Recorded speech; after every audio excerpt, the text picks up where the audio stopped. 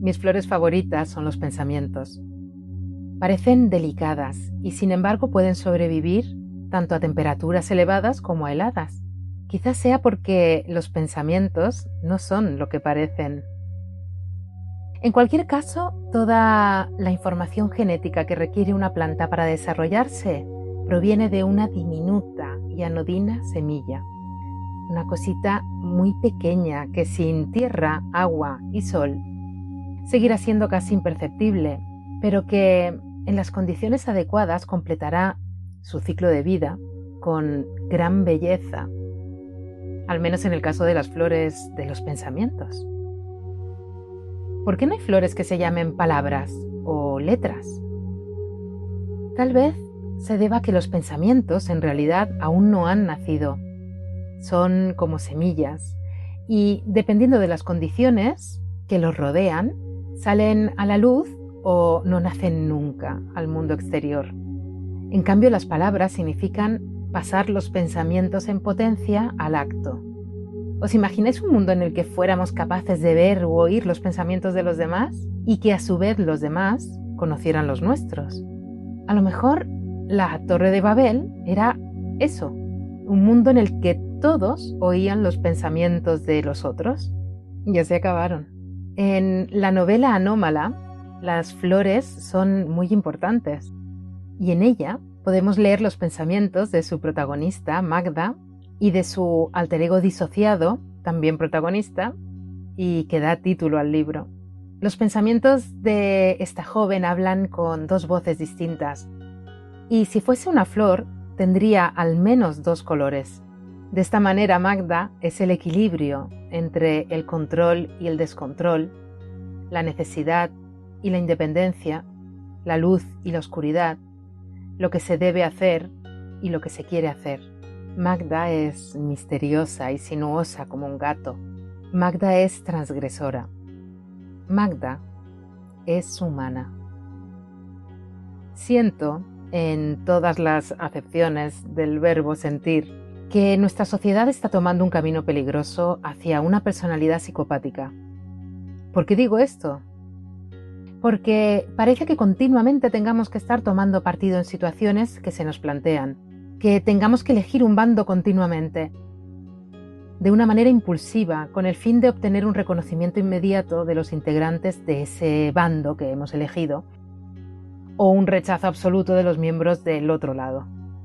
Y así, en cuanto tomas partido, en cuanto te posicionas en uno u otro lado, eres vigilado para que no dudes, para que no puedas cambiar de idea, para que no pienses, para que no cultives un jardín con tus pensamientos. Como los seres humanos somos animales de costumbre, si nos sometemos a ese juego de roles, acabamos buscando continuamente confirmaciones de que lo estamos haciendo bien. En ese estado ya no se piensa, no se reflexiona, no se intenta entender a la persona que se tiene enfrente, no se escuchan sus argumentos. En ese estado ya no se ve. Se funciona solo por impulsos y se busca un sesgo de confirmación que proporcione un placer a corto plazo, un placer que acalla la fiera que llevamos todos dentro, al fin y al cabo, aunque solo será por unos instantes, de modo que vamos a necesitar continuamente de ese tipo de satisfacción. En definitiva, cuando actuamos así, actuamos en cierta medida como los psicópatas, ¿no creéis? Volviendo a Magda, ella es hija literaria de Jordi Catalán, que nos visita hoy en Voces para hablarnos, precisamente, de Anómala, un thriller psicológico con el que ha querido, según sus palabras, romper un poco los límites. ¿Queréis saber si lo ha conseguido? Pues vais a poder confirmarlo a continuación a través de la entrevista, que espero que sirva de aperitivo para que acudáis a buscar a Magda y a su alter ego, a Anómala. Antes de dejaros con Jordi, como siempre, deciros que el programa Voces podéis escucharlo en YouTube, en iVoox, en Google Podcast, en otras plataformas de podcast, así como en Spotify o directamente yendo a bitácora.club. Ahí tenéis tanto la primera como la segunda temporada. Ahora sí, os dejo con Jordi para que nos hable de Anómala. Muchísimas gracias, como siempre, por escucharnos.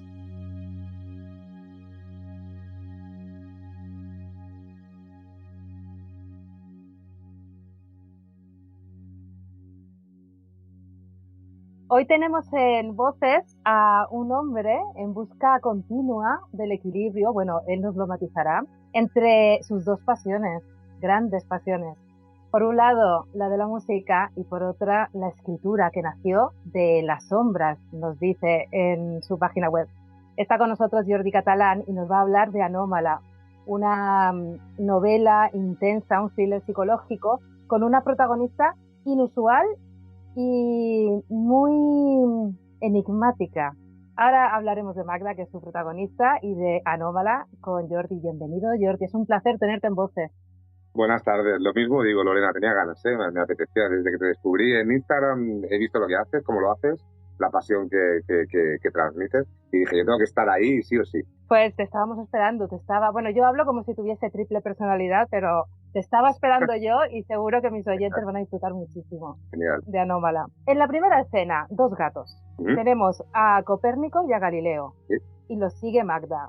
Dos gatos con dos nombres muy significativos. Tenemos el vaticinio del heliocentrismo por un lado y la ratificación del heliocentrismo por el otro, en esos dos grandes científicos de la historia, astrónomos, Copérnico y Galileo. ¿Es una declaración de intenciones para tu novela? ¿Toda la novela se va a basar en la búsqueda de la comprobación de vaticinios?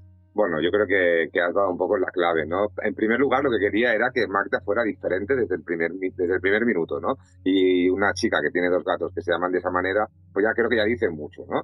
Luego ya vamos viendo que no es tan rara o tan peculiar, ¿no? Porque al final es una persona, un ser humano igual, pero ya dejando en evidencia que basa a estos científicos, ¿no? Como los nombres para sus mascotas, pues yo creo que ya dice algo, ¿no? Es el ímpetu o la ansia de buscar alguna verdad que ya aún no ha logrado encontrar, ¿no? Que es el darle sentido a lo que le pasa, ¿no?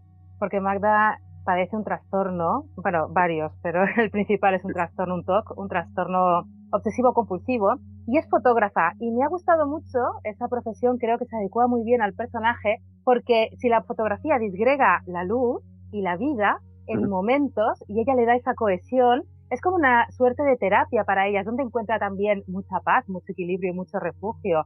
Pero, ¿pensaste en otra profesión para Magda que no fuese la de la fotografía? La verdad es que sí, ¿eh?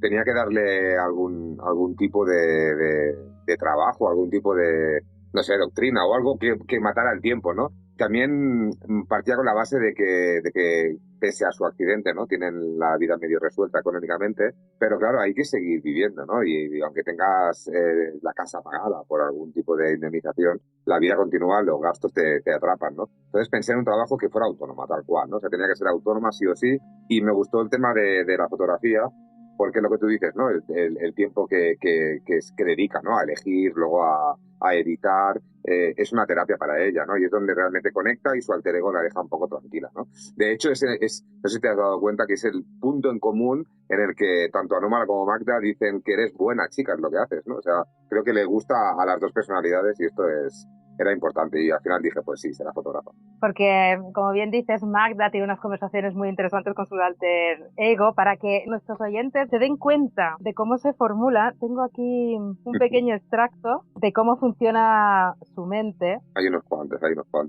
Sí. Por la secuencia del primer encuentro después de esos 6 meses con Mario. Mario va a volver a tocar el timbre, pero en ese momento se distrae pensando en colores. Y me parece es que es maravilloso, además tan cómico. Lo de amarillo, ámbar, sí. Demás, ¿no? Sí. Sí.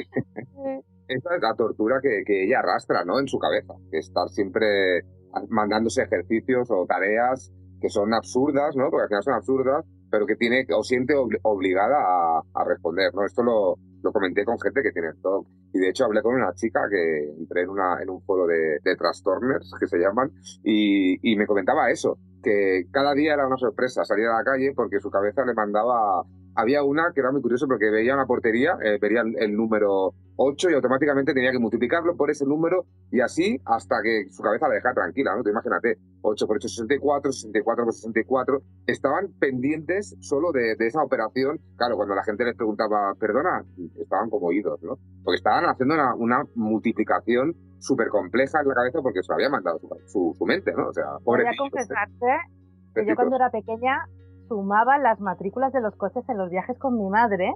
Es un tipo Estaba obligada a ir sumando, efectivamente sí, por eso te digo que me he encontrado ciertas...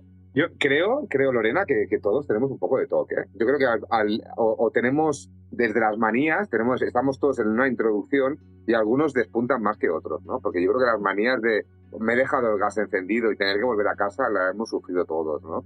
Y hay algunos que realmente es un problema, porque se van y no pueden hacer el día normal porque están pensando si se han dejado el gas o no.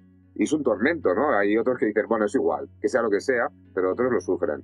Y hay gente que lo lleva a una enfermedad. Yo, en épocas, cuando estaba estudiando la carrera, en épocas de mucha intensidad, de solicitud mental, me pasaba eso con los fuegos. Creí que me había dejado el fuego encendido y entraba como 15 veces. Nunca fui a un profesional porque no llegó a extenderse en el tiempo, era muy puntual y me autocorregía diciendo, pero bueno, un poco hablando con mi alter ego, no llega a ser un alter ego, pero diciéndome a mí misma, ya lo has comprobado, no es necesario que vuelvas a entrar. Y me iba a la universidad inquieta. Claro. Hasta ahí digo, bueno, pues ya me llamarán los bomberos y estalla. Y por otro lado, no, lo has apagado, lo has verificado varias veces. ¿Cuántos misterios encierra la mente? Y esto es algo que queda de manifiesto en Anómala también, porque lo tratas desde diferentes personajes. De algunos no vamos a poder hablar para no desvelar la trama.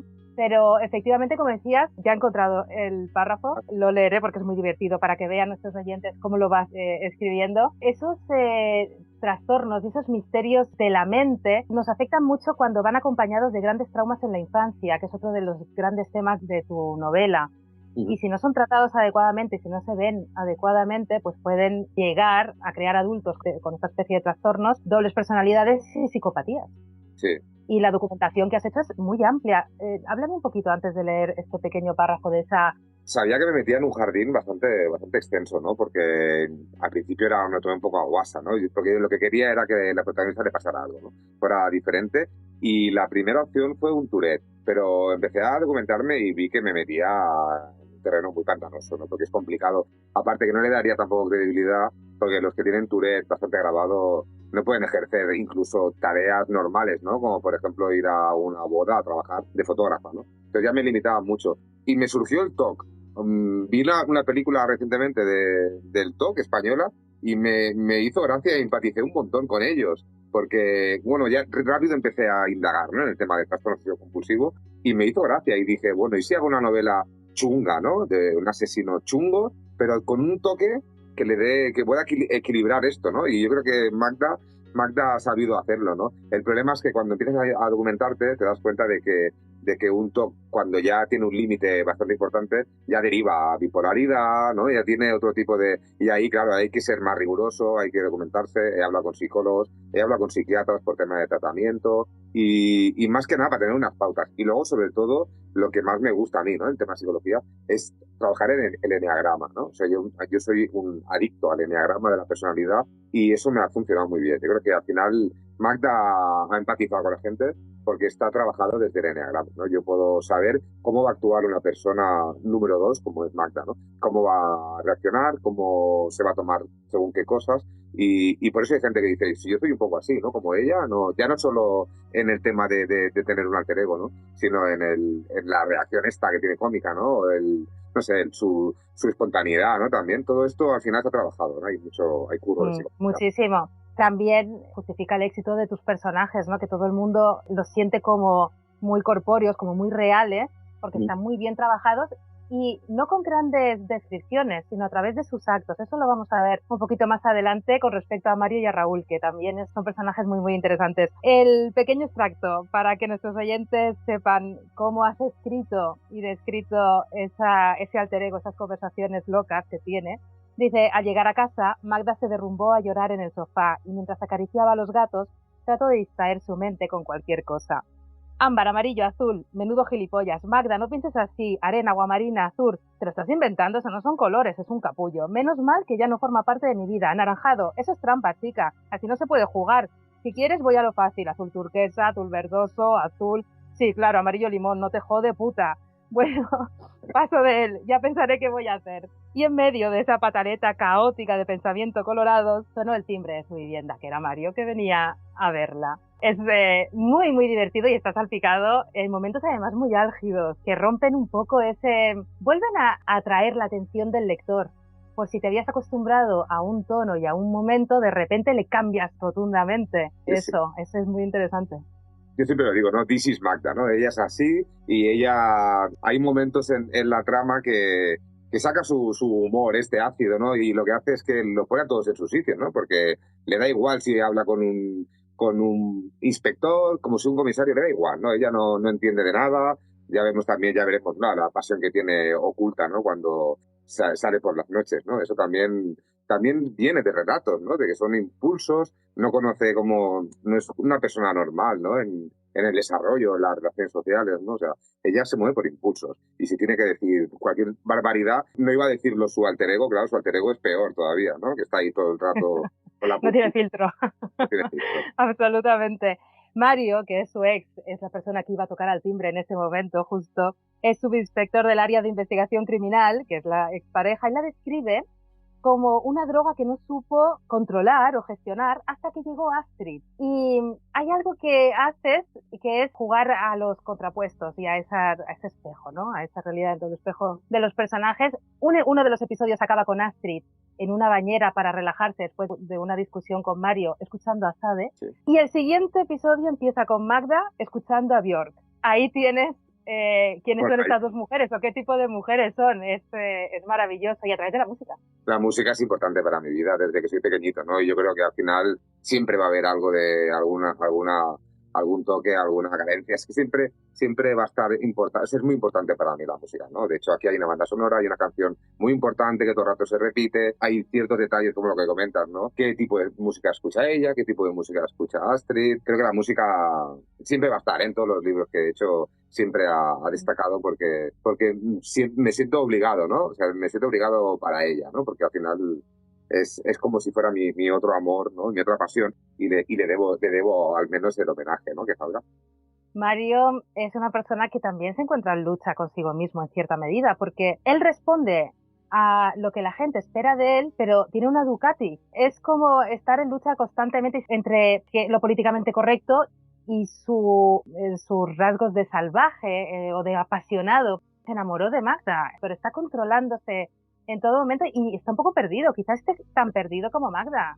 Está perdido, sí, es una persona, tenía muy claro que el coprotagonista tenía que tener bastantes debilidades, ¿no? Y él ahí, se te das cuenta, y lo que tú dices, ¿no? Tiene una moto lujosa, tiene un piso que le hacía mucha ilusión, ¿no? Tener allí en el forum, en el mar, pero le da igual luego el contenido del piso, ¿no? Porque Astrid está ahí obsesionada con cómo lo vamos a decorar, pero a él le da igual, ¿no? O sea, realmente es una lucha constante de no sé ni lo que quiero, ¿no? El quiero y no puedo. O sea, me gusta la carcasa, me gusta aparentar, pero por dentro soy un niño pequeño, enrabiado, que también hay un trauma de pequeño, ¿no? Pierde a su padre, tiene que ejercer de padres, familias y todo eso. Al final, es que yo creo que todos estamos forjados de algún tipo de trauma o algo que nos ha marcado en la infancia que luego sale, ¿no? Y da igual que sea un subinspector fuerte y valiente, ¿no? Tiene traumas y hay un niño pequeño dentro.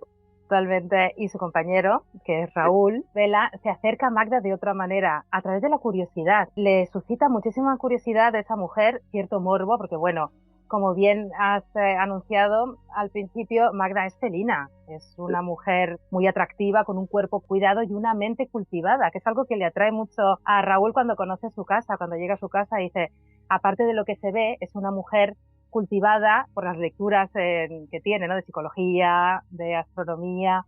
Tiene un piano en una esquina, Magda, con una partitura de Chopin. Y al ver ese piano ahí en casa de Magda, lo que me gustaría preguntarte, y tú como músico, ¿cuál sería, independientemente de esa banda sonora que tiene Anómala, Sí. pero no la historia, sino Magda, cuál sería la música o la composición que definiría a Magda? Una tragicomedia, ¿no? Un tipo de ópera así bastante pasional que demostrara un poco los picos, ¿no? O sea, que tuviera picos, impresiones muy altas, ¿no? Y creo que la ópera consigue un poco esto, ¿no? Que pueda tener una dinámica altísima, pueda bajarlo a un nivel... Claro, ella es así, ¿no? Ella tiene esos picos y yo creo que... Pero claro, a mí lo que me gusta de la música es la pasión que siento por ella, entonces me da igual catalogarlo, ¿no? Porque, por ejemplo, Björk, he escuchado poco de ella, ¿no? Pero sí que me gustan las letras que tienen y yo creo que pegaba más con Magda, ¿no? Por la profundidad, ¿no? Y porque la gente que conozco que son fanáticos o son fans de Björk tienen ese toque de intelectual o el toque de... Son más, como más indies, ¿no? Y le pegaba más, ¿no? Sin embargo, Astrid es muy sad, es muy... Bueno, es comercial, ¿no? Es como Eso ese rol de... persona. Yo creo que al final define mucho la música que escuchas. Astrid tiene una actitud más pasiva ante el amor y ante la vida en general, ¿no? Se queda esperando la reacción de los demás. Es más Penélope, digamos, en Ulises, Sí, ¿no? Y Magda sería esa Circe que toma las riendas y que acapara y que conquista y que caza. Porque sí, por las noches sí, va sabe a cazar. cazar, porque necesita, efectivamente. Es felina Y está total. muy bien descrito, ¿eh? Cómo te has metido en la mente de una mujer y en la seducción de una Eso mujer me, así. me lo han, di- me lo han dicho y fue un reto, meterme en el papel. Era la primera vez que me metía. He hecho algún relato, siendo mujer, pero no tanto como para profundizar en cómo podría sentirse. También he tenido ayuda de mi mujer, se la han leído amigas, ¿no? Y me decían, ¿tú has sido mujer alguna vez? O sea que realmente, bueno, y he vivido con Magda y hay una parte de mí en ella, ¿no? Y la echo de menos, ¿no? Después de todo este tiempo la echo de menos porque me hubiera gustado ser un poco más Magda en la vida. Yo creo que estas cosas me lo han dicho mucha gente. Este ímpetu, esta espontaneidad, ¿no? De decir, oye, ¿te apetece hacer esto? Hazlo. Hablas de esos picos en la personalidad de Magda y en cambio Raúl, en un momento dado de la novela, dice de ella, es el eje dominante que lo equilibra todo.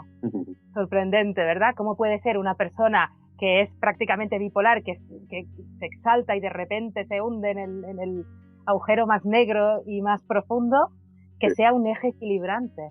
Claro, Raúl ha tenido una visión de Magda muy distorsionada, ¿no? Por un lado, Mario nunca le ha matizado lo que le pasaba de ella, ¿no? Y solo era cuando la había visto y ver su guarida, ¿no? Ver su casa, ¿no? Que él cuando ve su casa dice, piensa, si es normal, o sea, si tiene la nevera mejor que la mía, o sea, todo esto lo que hace es que te rompan todos los tópicos, ¿no? Que al final Raúl estaba curioseando siempre, nunca he sentido nada por ella, pero al tener que cuidarla o que hacerse cargo de ella, pues descubre que no es todo lo que le habían contado, ¿no? También hay una lucha entre Mario y Raúl, son muy amigos, pero nunca había hablado Mario de Raúl, ¿no? A Magda. Entonces la curiosidad es recíproca, ¿no? O sea, al final la curiosidad, tanto de Magda como Raúl, existe por eso, ¿no? Porque había una persona, un eje, que era Mario, que no había hablado de ellos. Entonces ahí surge algo, claro, porque estaban cohibidos, no sabían nada el uno del otro, pese a que son amigos de toda la vida, ¿no?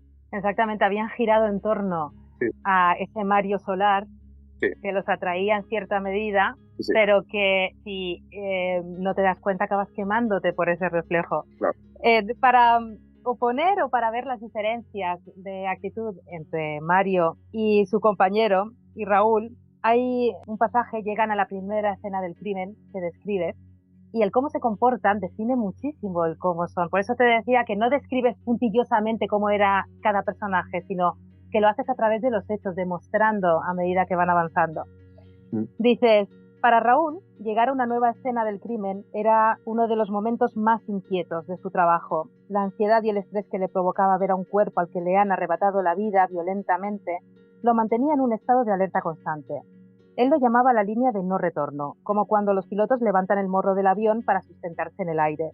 Una vez cruzada esa línea, sus músculos se agarrotaban y su carácter se volvía introvertido hasta que presenciaba la escena. A partir de ese momento, recuperaba automáticamente los mandos de su vida, volviendo a ser el Raúl de siempre. Mario, sin embargo, parecía actuar de un modo natural ante tal situación. Permanecía sosegado y más serio de lo habitual, aunque había ciertos tics que delataban su preocupación. Es curioso porque nos parece Raúl más empático que Mario, aunque es más salvaje. está más amueblado, pienso yo, ¿no? Y quería reflejarlo, ¿no? Mario parece que va a actuar normal o que está más acostumbrado, pero al final el que lo pasa realmente mal es Mario, ¿no? Porque Raúl es más, se muestra más humano, yo creo que ha tenido mejor educación, tiene mejores valores en todo. Es el alma del grupo, ¿no? Porque es el que al final siempre descubre la trama o siempre está ahí, y Mario se lleva siempre los méritos, ¿no? Mario es el cabeza que lo controla, pero necesita su mano derecha, ¿no? Y también me he encontrado muchas personas así, ¿no? Que se quieren mostrar muy normales ante una situación estresante, pero realmente lo llevan mal, ¿no? O sea, yo creo que al final las carcasas eran importantes. El apellido ya cambiando de tema, el apellido de Magda, Artal, Sí. ¿es un juego de palabras? Porque Artal quiere decir especie de empanada y me ha venido muy bien como para pensar, ostras, es que a veces está empanada, ¿no? Una nueva curiosidad. No, me surgió así. Yo, en el tema de los nombres, la gente me ha dicho, le da mucha importancia, no le doy ni importancia. Yo realmente empiezo y digo, vale, la chica se va a llamar Magda. El apellido, no busco tampoco un apellido estándar, pero a veces googleo un poco y el primero que me viene es que al final es lo de menos, cómo ponerle un nombre a tu hijo o a tu hija, ¿no? O sea, ¿qué nombre le ponemos? Da igual, o sea, no vas a llamarle frigorífico, pero cualquier nombre que le llames a un ser humano, luego cogerá lógica, ¿no? Entonces prefiero no centrarme en un nombre típico, y lo primero que me viene, no, pero no. Es curioso, es lo que me comentas del apellido. Mira, Artal. Sí, Sí que es curioso. Todo el proceso de investigación está también muy bien documentado, al igual que el proceso psicológico. ¿Cómo ha sido toda esa documentación para saber, por ejemplo, en un momento dado alguien llama a emergencias porque encuentra uno de los cadáveres y todo lo que se desencadena, todas las personas, todos los actores, todos los agentes que entran a formar parte de esa investigación? ¿Ha sido complicado? Ha sido complicado y yo creo que fue un reto, porque quería que fuera bastante veraz, ¿no? Yo quería romper un poco los tópicos del CSI o series americanas de cómo funciona, y quería esto, ¿no? Una serie de crímenes en mi ciudad natal, y quería que fuera lo más real, ¿no? Que fuera muy veraz y sobre todo que tuviera rigor, ¿no? Entonces empecé a documentar, tengo amigos en el cuerpo, he hablado con policía local y para mi sorpresa me han felicitado tanto Mossos d'Esquadra como Guardia Urbana. Claro, es que realmente funciona así, ¿no? O sea, hay los protocolos que utilizo en las intervenciones son protocolos sacados de la vida real, ¿no? Entonces, sí que hay cosas que no puedo saber, como por ejemplo, yo qué sé, la cadena de mando en tema político, ¿no? Cómo funciona. Ahí sí que he tenido que tirar un poco de imaginación, aunque he hablado con políticos, para ver cómo funciona la consellería, ¿no? Qué presión puede ejercer en el cuerpo, qué tipo de prensa o qué tipo de reuniones se ejercen. Pero al final los protocolos son reales. O sea, yo creo que al final, si realmente pasara algo así, sería un manual de cómo sucedería. Incluyendo el grupo de WhatsApp que utiliza para comunicarse en un momento dado en plena investigación. Hay, por ejemplo, antidisturbios o en tema de drogas, utilizan que al final no están tan lejos de lo que somos nosotros, ¿no? O sea, es gente normal que tiene un trabajo oculto y utilizan todos los medios normales. Claro, es que no utilizarlos haría que fueran diferentes o que fueran más sospechosos, ¿no? O sea, utilizan todo. Grupos de WhatsApp, hay de todo. Como has dicho, los obstáculos que puede suponer en un momento dado actores como las administraciones que se inmiscuyen por la presión del público, que necesita una solución inmediata, eso lo vimos y muy trágicamente. Nosotros somos de la misma quinta con las niñas de Alcácer, esa presión que hubo, ¿no? A nivel social. Y el rol de la prensa, de un tipo de prensa que busca, ahora lo llamaríamos clic fácil y la sangre. Esto he hablado con periodistas y me han dicho que tampoco no era necesario, ¿no? Porque al final la prensa ya no es, gracias a Dios, como lo que tú comentas, ¿no? En la época de las niñas de Alcácer, que aquello al final vendía más el salseo que otra cosa. Estábamos enganchados a la televisión porque no había nada más, no estábamos todos enganchados allí y ver cómo lloraban los padres de estas pobres niñas. O sea, al final esto era, Y seguimos siendo un poco así, porque al final todos tenemos el morbo, ¿no? De saber que es un instinto de reflejo de supervivencia, ¿eh? Al final el curioseo es eso, ¿no? Pero no quise meterme mucho en el tema, pero sí que hay una presión ciudadana, ¿no? Antes de que la prensa tiene que notificar lo que sucede, porque hay unos medios, hay unas vías, ¿no? Hay un responsable de que le entra todo este tipo de noticias y esto tiene que repartirse. Entonces, si estamos hablando que en una ciudad como Barcelona hay un asesino en serie, pues claro que tiene que haber presión, ¿no?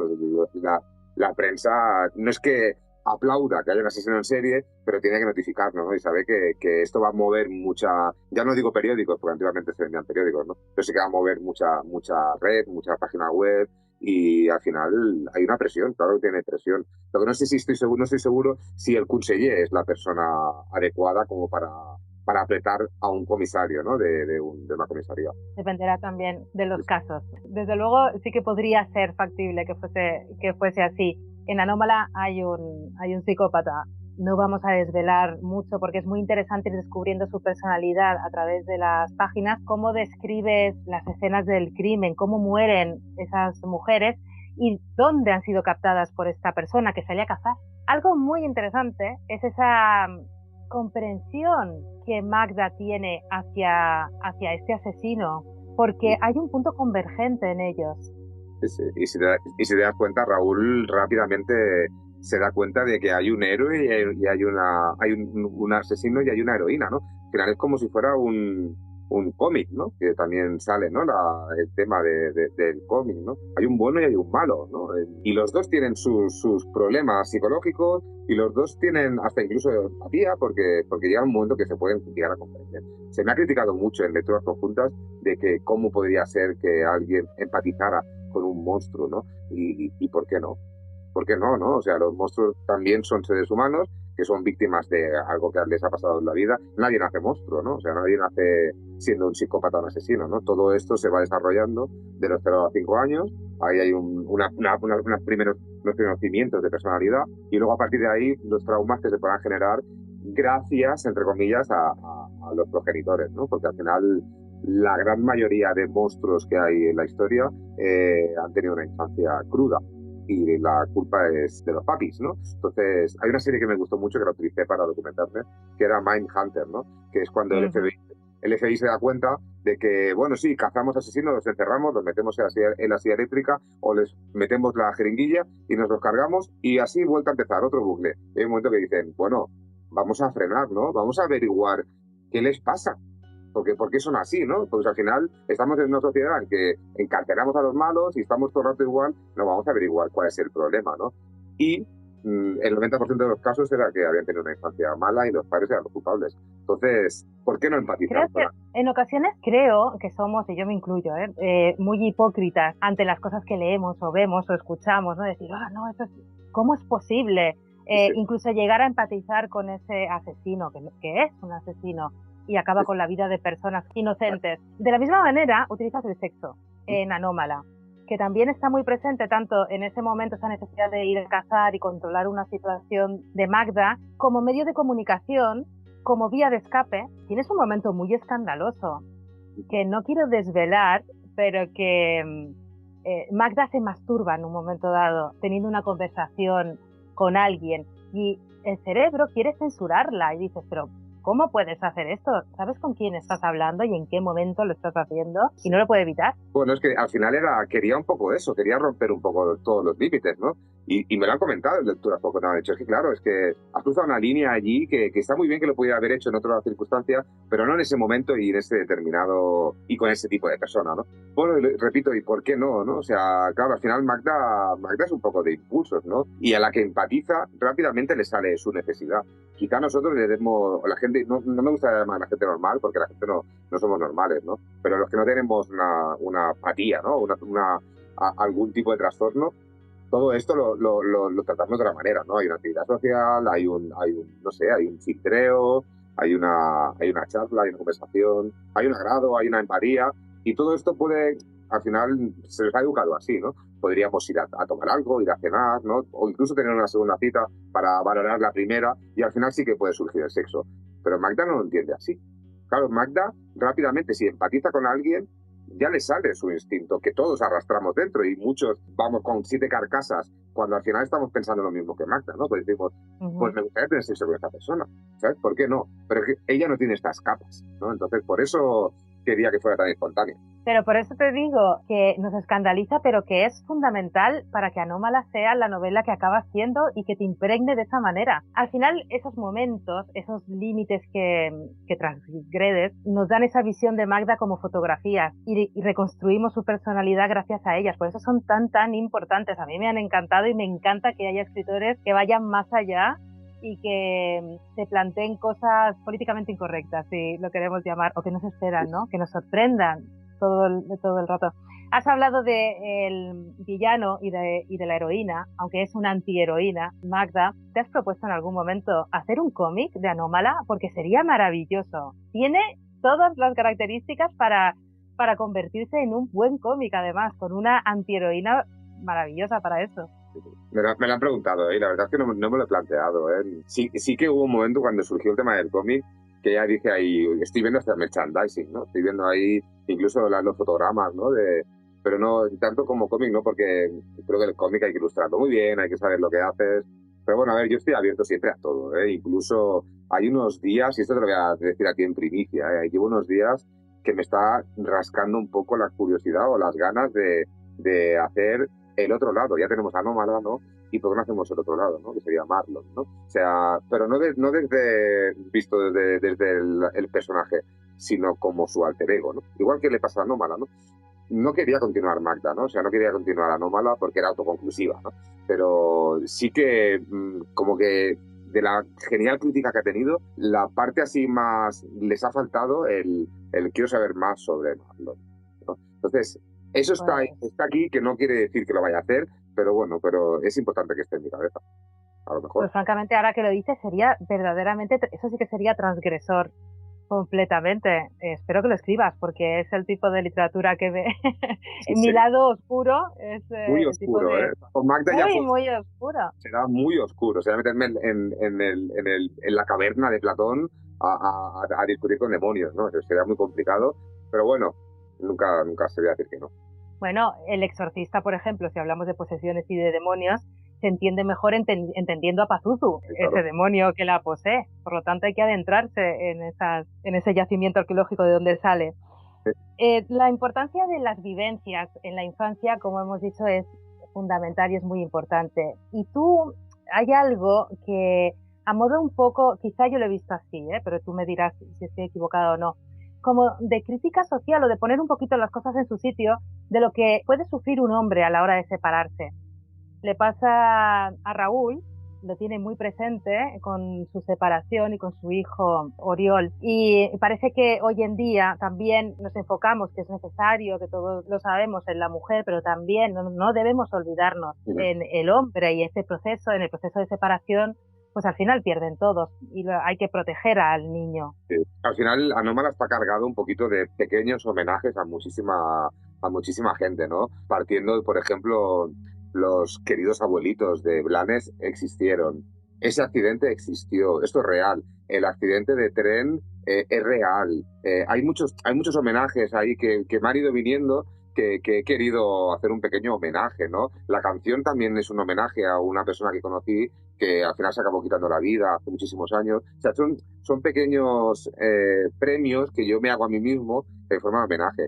Y claro, yo no quería que Raúl fuera el tipo perfecto. Todos tenemos defectos. Y Raúl también tiene ahí un yunque, ¿no? Y una separación. Pero sí que es cierto, y esto pasa en el cuerpo. Esto le he hablado con policías y sobre todo los que están metidos en materia más dura, ¿no? Como puede ser la criminología, ¿no? O el tema de homicidios, ¿no? Esto no ayuda, no les ayuda para nada. Aunque haya una separación normal, pese que él la haya engañado, ¿no? Porque al final Magda dice, ¿no? ¿Pero qué os pasa a los hombres, ¿no? Con los compromisos. ¿Pero qué narices os pasa? Es que al final, bueno, esto pasa en cualquier bloque de vecinos, en cualquier barrio, esto pasa y seguirá pasando. No sé si es un fallo en nuestra genética, no sabemos, ¿no? Pero al final hay trabajos que lo tienen mejores que otros, ¿no? Y él lo dice, ¿no? A mí, imagínate cómo suena en el juicio, ¿no? ¿Cómo me van a dar la custodia de niños y yo trabajo en homicidios? Y aparte hay un momento que me puse agresivo con ella, con su hija. Claro, es que todo esto es sacado de la vida real, porque es que le puede pasar a cualquiera. Ujú. Más Y esa más presión. es un pequeño homenaje, ¿eh? No, a mí realmente que cada uno lo lleve a su manera. El que se ha hecho policía y se ha hecho de homicidios ha sido porque ha querido, ¿no? Entonces tiene que valorar si realmente eso le puede pasar a cualquiera. Cualquiera se puede separar. Y si estás trabajando de bombero, pues también es muy complicado, ¿no? Para los bomberos, que al final Mm. no tiene horarios complicados. Cada uno tiene su vida y sabe cómo gestionarlo. Esos pequeños homenajes a lo largo de tu novela, que te haces a ti y a tu vida también, tus recuerdos o tu memoria, Sí. funcionan un poco como esas flores que planta Elvira, que son es la abuelita, la que hace de segunda madre de Magda, Sí. una Ujú. vez que pierde a sus padres, pues Magda tiene un sueño, porque tiene sueños premonitorios, que impactan en la vida de Elvira y de Manuel, que son pues sus nuevos padres, digamos, que la adoptan como Elisa, hija. Y ella Elisa, Elisa. Elisa, Sí. Elvira, ¿tú sabes por qué digo Elvira? Pero todo el rato he apuntado a Elvira, además, porque yo tenía una tía que se llamaba Elvira y le gustaban las flores y estoy con Elvira en la cabeza, Elisa y Manuel. Esas flores que planta en un momento dado de la trama, Magda pisa sin querer y es como un drama, ¿no? Claro, he pisado las flores de Elisa que tanto significa. Es una metáfora de lo que realmente es Elisa para ella, ¿no? Le estoy arrebatando, le estoy destrozando lo más importante que es para ella, ¿no? Que es el cuidado de las flores, ¿no? También es una metáfora de la tranquilidad, de la paz, de haberme ya jubilado, bueno, del querer evadirme, que también tiene su problema, ¿no? Sabiendo que tiene a su marido enfermo, o sea, hay un, es importante que también me lo hayas dicho, y yo creo que del tiempo que llevamos hablando de Anómala, nadie se ha dado cuenta de estos pequeños detalles que sí que existen. O sea, que yo creo que al final sí que has captado cosas que la gente no ha captado o ha pasado por alto, ¿no? Yo creo que estás haciendo un análisis un poquito más profundo y me gusta mucho, la verdad, porque eso era importante, el pisar una flor, el pisarle una flor a Elisa era importante. Que Manuel le dice, chiquilla, no pasa nada, que eso... Pero para Magda era muy doloroso lo que había hecho, ¿no? O sea, imagínate, ¿no? Elisa hace crecer esa flor que es Magda, ¿no? Magda estaba como una semilla y gracias a Elisa también ese proceso evolutivo del personaje, porque Magda evoluciona muchísimo en Anómala. Que Anómala es un thriller impactante, inquietante, brutal. Pasan cosas que son muy, muy impactantes que no te puedes imaginar ni de la persona más perversa que pueda existir en la faz de la Tierra y sin embargo hay momentos de poesía, hay momentos de erótica, hay diálogos muy graciosos y muy interesantes. Ese Raúl y ese Mario que funcionan un poco también como una pareja en ocasiones, que dices, bueno, estos la verdad que deberían ser pareja. Ya para acabar, eres músico y como dices en tu web, como hemos dicho al principio, de las entrañas, de las bambalinas, nació ese poder de la escritura. Uh-huh. ¿Qué parte de ti ha desarrollado al escritor? ¿La parte oscura? Yo creo que sí, ¿eh? Porque al final ahí había que canalizarlo de alguna manera, ¿no? Y ya lo iba canalizando en casa, ¿no? Explicando las vivencias de los conciertos, de los compañeros, de la gente que me iba encontrando, de cómo me había sentido ese día en esa actuación.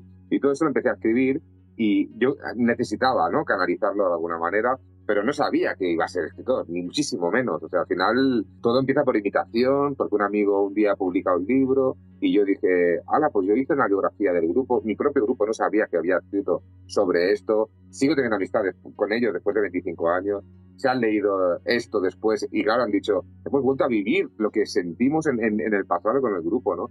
Pero nunca lo hice para ser escritor, para nada, te lo prometo. Lo Que hice estamos hablando era para canalizar. El primer libro tuyo, que es el de Retales, del que estás hablando, ¿no? Entre retales son relatos. Claro, antes de Entre retales, que yo no lo he publicado, está la biografía. Ahí es donde yo empiezo a escribir. Que hice una biografía de una etapa de mi vida, que duró 6 años, creo, que fue lo que duró mi grupo musical, el que me marcó más, ¿no? Desde la adolescencia hasta un poco madurez, ¿no? Y ahí es realmente donde empecé a escribir yo a máquina, a Olivetti, y allí me di cuenta que nació una prosa, que luego me la han leído después y me han dicho, ostras, pues esta historia sería chula que la publicaras. No, hay mucha veracidad, hay mucha anécdota muy propia, quizá antes de morir. Cuando esté a punto ahí en el lecho le diré a quien esté conmigo, públicala, y ya me voy tranquilo y que explote aquello, ¿no? Bueno, ahora que estoy pensando y viéndote, eres muy inquieto, eres muy nervioso. Sí. O te estás aburriendo soberanamente, una de dos. Porque te mueves como un gato. Es de las entrevistas más chulas que estoy teniendo. Lo que pasa es que la silla esta que tengo aquí, giratoria, me mece. Sí, pues soy a mí me pasa, Yo estaría así también, pero me estoy reteniendo y me retengo apretando esto. Tú me has dicho, Eh, va a ser audio, y dije, pues, guau, me puedo mover libre. Y sí, no, es que estoy como en casa, o sea, estoy en mi casa y estoy realmente, me me siento, alegro, pero estoy a gusto. me alegro. Mira, eso es un cumplidazo porque mi sueño es que Voces sea la casa de los escritores, por el amor que tengo a la literatura. Si no fuese por vosotros, por todos los escritores, no existiría la literatura. Así que nada, muchísimas gracias por eso y por mostrarte cómo eres, porque es maravilloso. Una cosa que Sí. estoy muy enfadada y no te voy a perdonar A ver, es que Magda se bebe una Guinness en botella. No, Magda esa tiene que beber.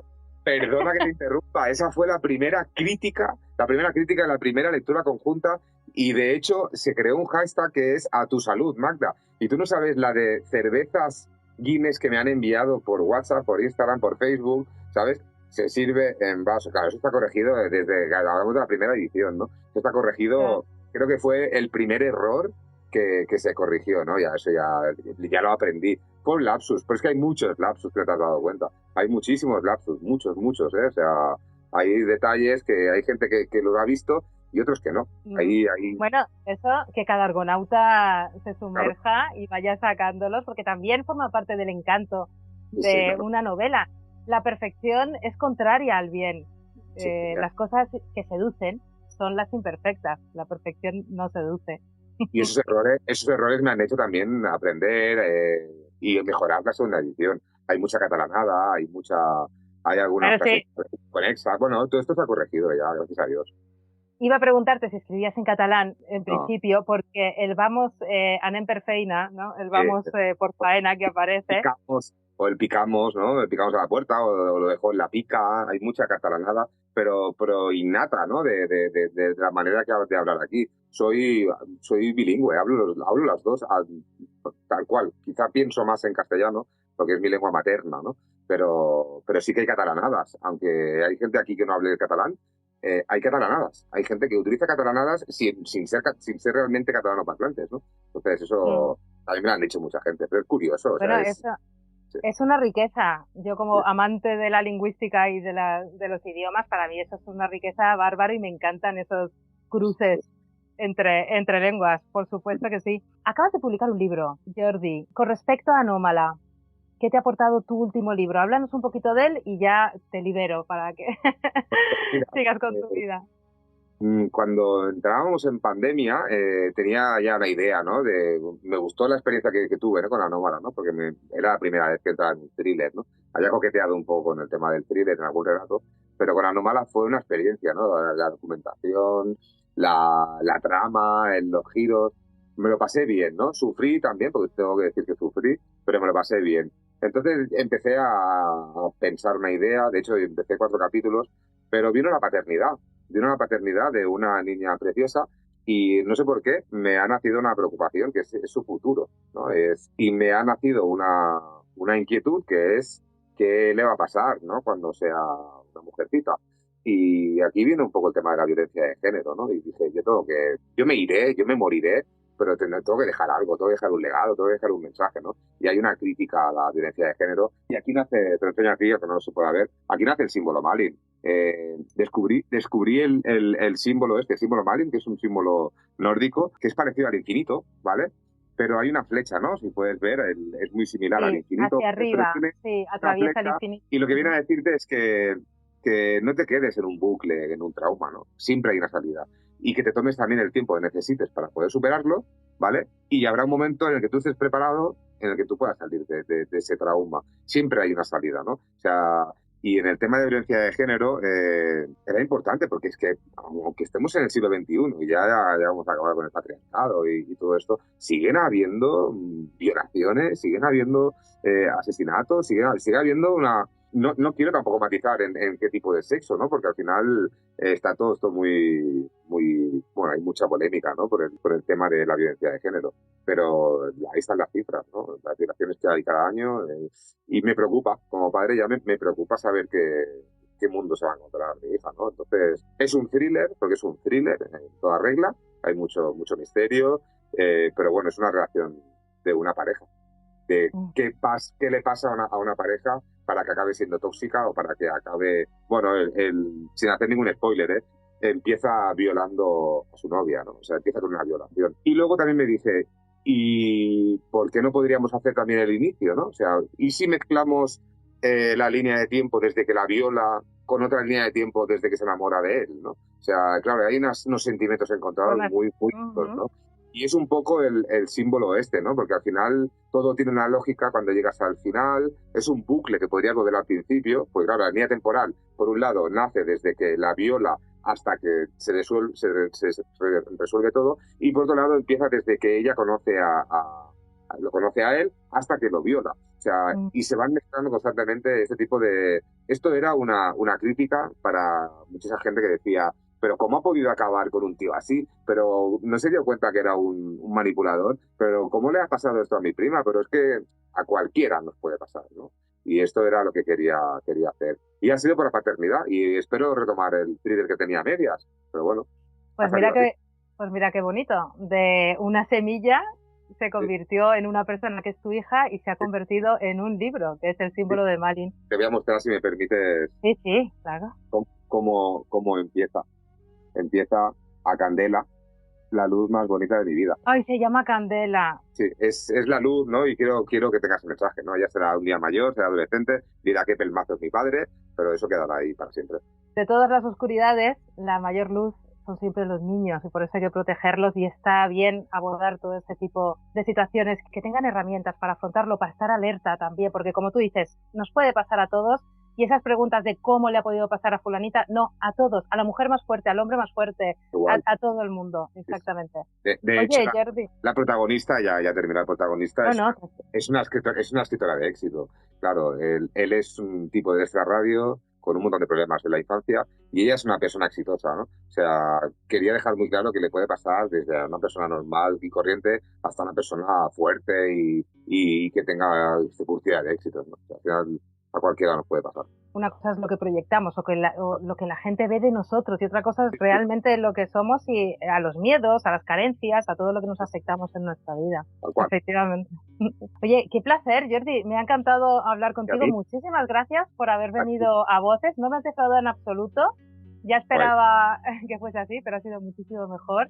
Y bueno, muy interesada en el símbolo de Malin y ya seré una lectora tuya.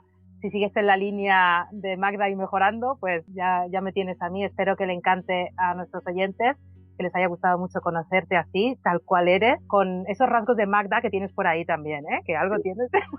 Hay mucha Magda en mí, sí, sí, tal cual. Sí, sí. Pues muchísimas gracias. Ha sido un súper placer, Lorena, de verdad. Ha sido una entrevista, yo creo que, no me gusta decir que la mejor, pero has roto muchos moldes, ¿no? Y yo creo que has encontrado detalles que nadie me había preguntado y que son reales, ¿no? Porque al final, cuando lo escribes, sabes, ¿no? Y eso te lo llevas, creo que contigo, ¿no? O sea, que has dado la clave. Sí, sí. Gracias. Pues gracias.